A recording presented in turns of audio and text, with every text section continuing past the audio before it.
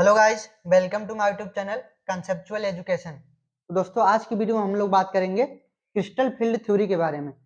कभी कभी हमें ये सवाल जेई और नीट दोनों में पूछता है कि कौन सा D2SP है, कौन सा sp3 है, कौन सा कंपाउंड sp3d2 है, कौन सा कंपाउंड D2sp3 है। और ज़्यादातर हम कंफ्यूज तब होते हैं जब ऐसा पूछता है कि बताओ इसमें कौन सा स्क्वायर प्लेनर है। एक दे देता एग्जाम्पल, पूछता बताओ कौन स्क्वायर प्लेनर है, कौन स्ट्रक्चर इसका टेट्राहेड्रल है। ये कोऑर्डिनेशन केमिस्ट्री में भर भर के इससे क्वेश्चन पूछता है। तो आज हम वही ट्राई करेंगे, पूरा देखेंगे कौन सा sp3 होता है और कौन सा sp3d2 होता है, कौन D2sp3 होता है। चलिए देखते हैं। सबसे पहले क्या देखते हैं आप उसमें, इसका जनरेशन कब होता है, इसका पता लगाने के लिए हम लोग क्या देखते हैं। यदि देखो, यदि क्या होता है यहाँ पे, ये वाली एनर्जी यदि पेयरिंग एनर्जी से ज्यादा होता है, किससे होता है, पेयरिंग एनर्जी से ज्यादा होता है, तो क्या होता है, लो स्पिन होता है। क्या होता है, लो स्पिन होता है। और जब लो स्पिन होगा तो क्या होता है, पेयरिंग ऑफ इलेक्ट्रॉन होता है। एक T2G होता है, एक EG होता है। यहाँ पे जैसे मान लो क्या होता है, 5 डिजेनरेट ऑर्बिटल होता है। अब ये किस में डिवाइड हो जाता है, EG, और किस में डिवाइड होता है, T2G में डिवाइड होता है ना। तो क्या होता है यहाँ पे देखो, यहाँ पे ऑक्टाहेड्रल का केस देखते हैं पहले। ऑक्टाहेड्रल तो दो पॉसिबिलिटी बनती है। इधर देखो, इधर भी क्या हो जाएगा, T2G, ऊपर क्या होगा, इसका जो गैप होता है ना यहाँ, इसका गैप क्या होता है, कम होता है इसमें। और इसमें क्या है गैप, थोड़ा सा डेल्टा ओ का ज्यादा गैप है, और इधर क्या डेल्टा ओ का कम है। देखो इधर क्या होता है, डेल्टा ओ का गैप ज्यादा होता है, मतलब ये क्या है, पेयरिंग एनर्जी से इधर क्या है ज्यादा डेल्टा ओ, और इधर क्या है डेल्टा ओ पेयरिंग एनर्जी से कम है। तो इधर क्या होगा देखो, तो पहले इलेक्ट्रॉन का फीलिंग कैसे होगा, मान लो यदि कोई 3d5 का है एलिमेंट है, इसमें क्या होगा सबसे पहले, क्योंकि ये गैप बहुत ज्यादा है तो यहाँ से जंप, नीचे से ऊपर जंप करना बहुत ही कठिन होगा। तो सबसे पहले फीलिंग किस में होगा, पहले 1 1 इलेक्ट्रॉन फीलिंग होगा। देखो 3 हो गया। अब तुम सोचोगे ऊपर जाके भरे कि नीचे भरे, ये क्वेश्चन आता है ऊपर फिलअप करे कि नीचे फिलअप करे। तो यहाँ जब क्या होता है, डेल्टा वो ग्रेटर देन क्या होता है, पेयरिंग एनर्जी होता है, तो ये गैप बहुत ज्यादा होता है।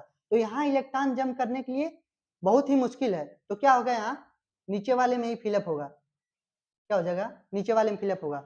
अब देखो यहाँ पे यदि डेल्टा वो क्या है, पेयरिंग एनर्जी से कम है, तो क्या होगा यहाँ पे यदि 3d5 का यदि फिलअप करोगे क्या होगा, तो यहाँ जंप करना आसान है क्योंकि गैप क्या है, कम है। कोई यदि पास में है तो क्या होता है, उसके पास जाना क्या होता है, आसान होता है। मान लो कोई 2 किलोमीटर पे, एक 50 किलोमीटर पे है, सबसे पहले किसके पास जाओगे, 2 किलोमीटर के पास जाना आसान रहेगा। तो क्या है वही, ये कम डिस्टेंस है, यहाँ क्या है, ज्यादा डिस्टेंस है। ज्यादा डिस्टेंस जाने में क्या करना पड़ेगा, एक्स्ट्रा एफर्ट डालना पड़ेगा। यहाँ क्या होगा, कम एफर्ट डालना पड़ेगा। इसलिए क्या होगा यहाँ पे पहले पहले 1 1 भर दो। अब क्या है, ये गैप कम है इसलिए क्या होता है, इसमें फिलअप हो जाता है। तो इसको बोलते हैं हाई स्पिन। इधर क्या होता है, लो स्पिन होता है, लो स्पिन। ठीक है। तो लो स्पिन में क्या होता है, पेयरिंग ऑफ इलेक्ट्रॉन होता है ना। सबसे पहले क्या होता है, T2G में ही फिलअप हो जाता है, EG में जाता ही नहीं है। जबकि इसमें क्या होता है, हाई स्पिन में, उसमें क्या होता है, सब में फिलअप होता है, T2G में भी फिलअप होता है, उसके बाद EG में फिलअप होता है। तो इसमें दोनों में फिलअप होता है। इसमें क्या होता है, पहले T2G फिलअप हो जाता है, उसके बाद EG को फिलअप करते हैं। ठीक है, समझ में आएगा। चलो तब देखते हैं, ये होता है कॉन्सेप्ट। चलो अब ऑक्टाहेड्रल का देखते हैं, कब वो स्ट्रॉन्ग फील्ड की तरह बिहेव करेगा, अब कब वीक फील्ड की तरह बिहेव करेगा, ये जानना बहुत जरूरी है। इसमें हमेशा कंफ्यूजन होता है। तो देखो यदि 3D सीरीज का मेटल है, क्या देखो ऑक्टाहेड्रल के लिए डाल लो, क्या ऑक्टाहेड्रल के लिए, ऑक्टाहेड्रल कंपाउंड के लिए। ठीक है। तो यहाँ पे क्या होता है देखो, यदि 3D सीरीज का मेटल है, 3D सीरीज, 3D सीरीज पहला क्या है देखो, यदि मेटल क्या है, +2 ऑक्सीडेशन स्टेट में है, तो ये कब स्ट्रॉन्ग फील्ड लिगेंड की तरह बिहेव करेगा, तो जब क्या होगा, जब कार्बन वाले ग्रुप क्या होंगे, कार्बन वाले ग्रुप प्रेजेंट रहेंगे, जैसे Cn- लिगेंड, कार्बन डोनर यदि प्रेजेंट है तो क्या करेगा, स्ट्रॉन्ग फील्ड लिगेंड की तरह बिहेव करेगा। इसको बोलते हैं कार्बन डोनर लिगेंड, इसको बोलते हैं चारों को नाइट्रोजन डोनर लिगेंड, इसको बोलते हैं ऑक्सीजन डोनर लिगेंड, और इसको बोलते हैं हेलोजन डोनर लिगेंड। तो सबसे ज्यादा स्ट्रॉन्ग कौन होता है, कार्बन डोनर लिगेंड, फिर उसके बाद क्या नाइट्रोजन डोनर लिगेंड, फिर उसके बाद कौन ऑक्सीजन डोनर लिगेंड, फिर उसके बाद क्या हेलोजन डोनर लिगेंड। ये क्या होता है, इनका लिगेंड की लिगेंड का क्या होता है, यहाँ पे ऑर्डर होता है कौन सबसे ज्यादा स्ट्रॉन्ग होगा, पहले कार्बन वाला होगा, फिर नाइट्रोजन वाला होगा, फिर ऑक्सीजन वाला, फिर हेलोजन वाला। तो यहाँ पे देखो क्या है, स्ट्रॉन्ग फील्ड लिगेंड सबसे ज्यादा कौन है, कार्बन वाला। तो कार्बन डोनर मतलब Cn- और CO क्या होगा, यदि मेटल +2 ऑक्सीडेशन स्टेट में 3D सीरीज की, तो क्या होगा, वो स्ट्रॉन्ग फील्ड की तरह बिहेव करेगा। क्या करेगा, किसकी तरह, स्ट्रॉन्ग फील्ड लिगेंड की तरह बिहेव करेगा। समझ में आया। यदि क्या मेटल +3 ऑक्सीडेशन स्टेट में है, तो यहाँ पे क्या होगा, कार्बन डोनर और नाइट्रोजन डोनर, मतलब ये चारों और ये दोनों क्या करेंगे, यदि हैं प्रेजेंट हैं इस मेटल के साथ +3 ऑक्सीडेशन स्टेट के साथ, तो क्या करेंगे, वो भी स्ट्रॉन्ग फील्ड लिगेंड की तरह बिहेव करेंगे। बाकी इसके अलावा जो है यहाँ पे हेलोजन वाले और ऑक्सीजन वाले +3 +2 के साथ आते हैं, तो क्या करेंगे, वो बिग फील्ड लिगेंड की तरह बिहेव करेंगे। समझ में आया। और देखो यदि मेटल क्या है +4 ऑक्सीडेशन स्टेट में है, इसमें +4 में है, तो उस कंडीशन में क्या होता है, देखो उस कंडीशन में क्या होता है, जितने के जितने यहाँ पे लिगेंड दिए हुए हैं ना, all ligand work as strong field ligand। यदि मेटल +4 ऑक्सीडेशन स्टेट में है 3D सीरीज की, उस कंडीशन में ये जितने लिगेंड दिए हुए हैं सभी स्ट्रॉन्ग फील्ड लिगेंड की तरह बिहेव करेंगे। ये क्लियर हो गया। इसके बाद देखो यहाँ पे देख लेते हैं, यदि क्या, यदि 4D सीरीज या 5D सीरीज, 4D सीरीज या 5D सीरीज है, तो उसमें क्या करेंगे, ये जितने आपको लिगेंड दिए हुए ना, आल लिगेंड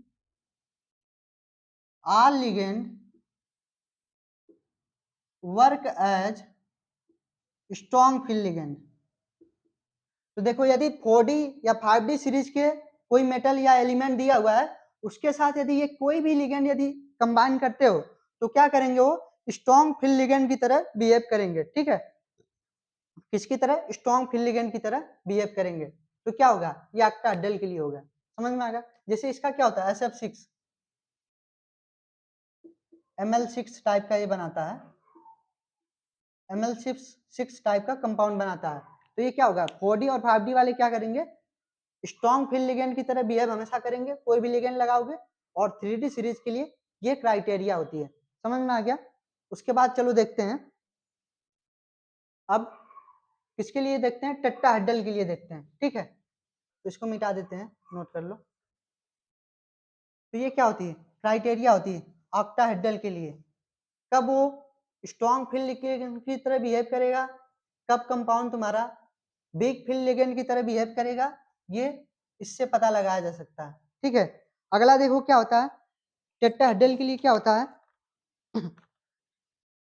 हाँ, एक एक्सेप्शन देखो आता है थोड़ा सा, यहाँ पे एक्सेप्शन आता है, यदि देखो कोबाल्ट +3 ऑक्सीडेशन स्टेट में है, क्या कोबाल्ट +3 ऑक्सीडेशन स्टेट में है, तो उस समय क्या होता है, कार्बन डोनर, नाइट्रोजन डोनर और ऑक्सीजन डोनर क्या करते हैं, स्ट्रॉन्ग फील्ड लिगेंड की तरह बिहेव करते हैं, स्ट्रॉन्ग फील्ड लिगेंड की तरह बिहेव करते हैं। जबकि हमने क्या बताया था, यदि +3 ऑक्सीडेशन स्टेट में है, तो उस कंडीशन में क्या होगा, कार्बन और नाइट्रोजन डोनर क्या होंगे, स्ट्रॉन्ग फील्ड लिगेंड की तरह बिहेव करेंगे, जबकि ऑक्सीजन डोनर क्या होगा, बिग फील्ड की तरह बिहेव करेगा। लेकिन यहाँ पे क्या हो रहा है, एक स्पेशल क्राइटेरिया होता है कि कोबाल्ट +3 ऑक्सीडेशन स्टेट क्या करता है, यहाँ पे ऑक्सीजन डोनर भी क्या करता है, स्ट्रॉन्ग फील्ड लिगेंड की तरह बिहेव करता है।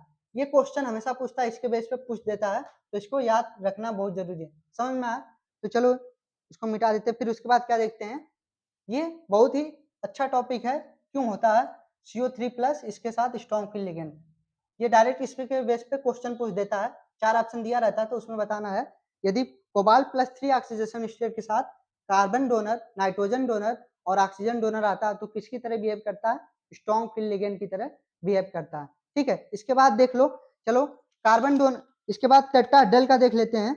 या स्क्वायर प्लेनर है, तो उसके लिए क्या क्राइटेरिया होती है, ठीक है, क्या क्राइटेरिया होती है। तो देखो अब टेट्राहेड्रल या स्क्वायर प्लेनर उसका के लिए क्या होता है, हाइब्रिडाइजेशन sp3 होता है। तो यहाँ पे देखो क्या होगा, किस टाइप का ये कंपाउंड फॉर्मेशन करेगा, ml4 टाइप का, क्या होगा, ml4 टाइप का कंपाउंड फॉर्मेशन करेगा। इसमें या तो क्या होगा, ज्योमेट्री टेट्राहेड्रल होगी या स्क्वायर प्लेनर। तो देखो टेट्राहेड्रल कब होगी और कब स्क्वायर प्लेनर होगा, इसमें हमेशा बच्चा क्या होता है, कंफ्यूज होता है, और एग्जामिनर भी जानता है कि बच्चे की कमजोरी क्या है, वो भी यहाँ से भर भर के क्वेश्चन पूछता है। अभी देखो जेई का भी बाकी है, नेट का भी बाकी है, इससे जरूर एक आध क्वेश्चन पूछता ही पूछता है। तो इसको क्या करना है, बहुत अच्छे से देखना है, एकदम अच्छे से देखो ताकि इसके बाद डाउट नहीं रह जाए, ठीक है। देखो कब टेट्राहेड्रल बिहेव करेगा, कब स्क्वायर प्लेनर बिहेव करेगा। देखो यदि 3D 0 से यदि 3D 7 तक है, और एक होता है 3D 10, ठीक है। 3D 0 से यदि मेटल की ऑक्सीडेशन स्टेट क्या है, 0 से 7, यदि डी में कितने इलेक्ट्रॉन फिलअप हो रहे हैं, 0 to 7, या कितना फिलअप हो रहा है, D10 फिलअप हो रहा है, तो क्या करेगा, कौन सा स्ट्रक्चर शो करेगा, टेट्राहेड्रल होगा। इस कंडीशन में हमेशा क्या होगा, वो टेट्राहेड्रल होगा,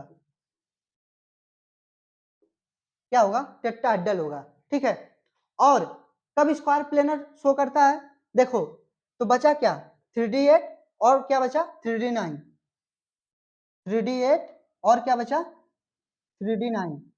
अब इस कंडीशन में क्या कर सकता है, टेट्राहेड्रल भी शो कर सकता है और स्क्वायर प्लेनर भी शो कर सकता है। इस कंडीशन में क्या होगा, 3D 0 से 3D 7 और 3D 10 में हमेशा क्या होगा, सिर्फ टेट्राहेड्रल होगा, क्या होगा, सिर्फ टेट्राहेड्रल, ये बात याद रख लेना। जबकि 3D9 और क्या 3D8 इसमें क्या हो सकता है, दोनों से हो सकता है। तुम्हारा क्या हो सकता है, टेट्राहेड्रल भी हो सकता है, और क्या होगा, स्क्वायर प्लेनर भी हो सकता है। तो भाई ये यार देखो कॉन्सेप्ट अच्छे से समझ लो, यहीं पे हमेशा बच्चा कंफ्यूज होता है। अब देखो पूछोगे सर स्क्वायर प्लेनर कब होगा और टेट्राहेड्रल कब होगा, तो देखो कब होगा, देखो यहाँ पे क्या होता है, जब क्या होता है, जब तुम्हारा मेटल किसके साथ बिहेव करता है, किसके साथ अटैच होता है, हैलोजन फैमिली के साथ अटैच होता है, ठीक है, हैलोजन फैमिली के साथ। या यहाँ से मान लेते हो H2O के इधर जितने के साथ यदि कांटेक्ट होगा इसका मेटल का इधर, वो क्या होगा, टेट्राहेड्रल की तरह बिहेव करेगा।